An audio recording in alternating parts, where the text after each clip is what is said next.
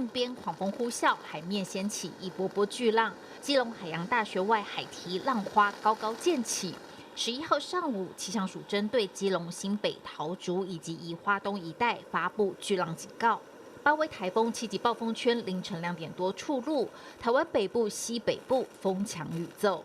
目前这个台风它的强度大约是一个中度台风，那过去3小时它的强度是有略微减弱，不过它的暴风圈目前仍然还是7级风的暴风圈仍然还是350公里，10级风的暴风圈也有120公里哦。提醒大家，这个台风目前它的范围还是比较大的。今天白天，也就是巴威台风影响我们最为显著的一个时间点。那环境吹的这个西北风，那一路上来的话，特别会造成苗栗以北以及这个中北部的山区，包含了宜兰地区，会有显著性的降雨。目前评估至少都在豪雨至大豪雨等级之间。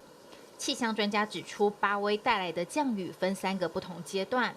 从周六清晨到下午，黄金20个小时风浪最大；到周日凌晨，则因偏强西南风，中南部山区降雨会快速累积。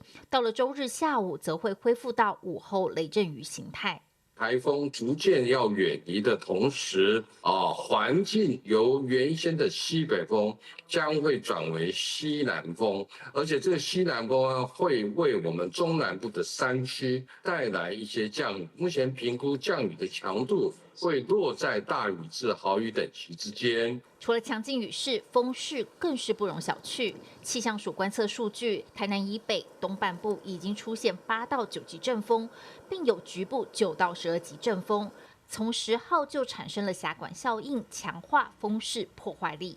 通过台湾海峡的时候，基本上风会有加速的效应，所以其实从昨天开始，海峡的风基本上是比较早起来的。所以到目前为止，我们都还是受到台风附近的强风的影响哦，所以在台湾海峡这附近的风基本上都还是比较大的。巴威台风稳定的往西北方向前进，暴风圈半径也从原来的380公里降为350公里。气象专家评估，最快周日上午清晨就能脱离海上台风警报。因为速度在加快，那强度正在减弱，再加上它靠近台湾，又会受到台湾地形对于它结构上造成某种程度的破坏，因此使得降雨跟这个所谓阵风的这个情形呢，会比之前的评估要来的缓和一些。巴威台风持续影响台湾，还是要提醒民众提高警觉，做好万全准备，才能避免灾害发生。寰宇新闻综合报道。